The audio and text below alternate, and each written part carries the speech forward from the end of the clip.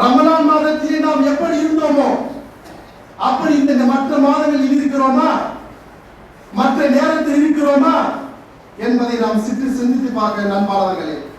எந்த அளவுக்கு என்று சொன்னால் சற்று சிந்தித்து பாருங்க. ரமலானுடைய மாதத்திலே நாம் நோன்பை பரிபூர்ணமாக நிறைவேற்றினோம். ரமலானுடைய மாதத்திலே நாம் தொழுகையை சரியாக முறையாக எந்த அளவுக்கு என்று சொன்னால் நாம் ஃபர்லான தொழுகையை உரிய நேரத்தில் தொழுதோம். பாங்கு சொன்னால் உடனே பள்ளிவாசல் வருவோம். எல்லா தொழுகையும் சரியாக முறையாக தொழுவோம்.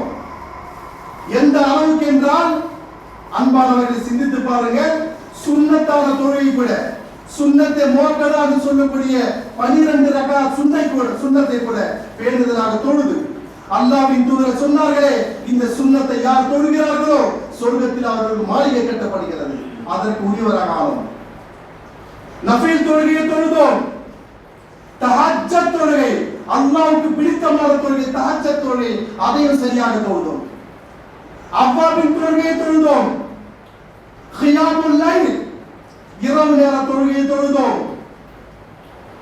எல்லா தொழுகையும் பார்த்து பார்த்து பார்த்து ரசித்து தொழுதோம். ஆனால் அன்பான அது மட்டுமல்ல, எந்த அளவுக்கு என்று சொன்னால் ரமலானுடைய மாதத்திலே நம்மில் யாரும் பொய் சொல்வது கிடையாது. ரமலானுடைய மாதத்திலே யாரையும் ஏமாற்றுவது கிடையாது. ரமலானுடைய மாதத்திலே நாம் மோசடி செய்வது கிடையாது.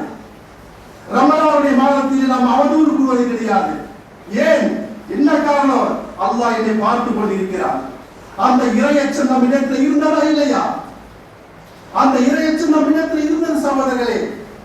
ஆனால் பாருங்க, இதே செயல்பாடுகளை ரமலான் மாதத்தில் நாம் எப்படி இபாதத் செய்தோமோ, ரமலானுடைய மாதத்தில் நாம் எப்படி வணக்கத்தில் ஈடுபட்டோமோ, அந்த வணக்கத்தை நாம் மற்ற நாட்களிலே, மற்ற நேரங்களிலே, மற்ற காலங்களிலே செயல்பட்டால் அவன் தான் உண்மையான வழி, அவன் தான் இறை நேசர். நாம் சொல்றோம் இல்லையா, அவுலியா அல்லாஹ், அவுலியா அல்லாஹ், அவர்கள் அவுலியா அல்ல, இவர்கள் தான் அவுலியா அல்லாஹ்.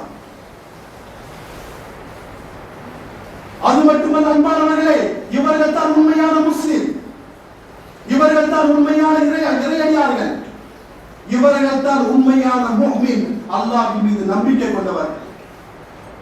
இப்படிப்பட்ட பாக்கியத்தை அல்லாஹ் சுப்ஹானஹு வ தஆலா நம் அனைவருக்கும் தர வேண்டும் சொல்வதற்கு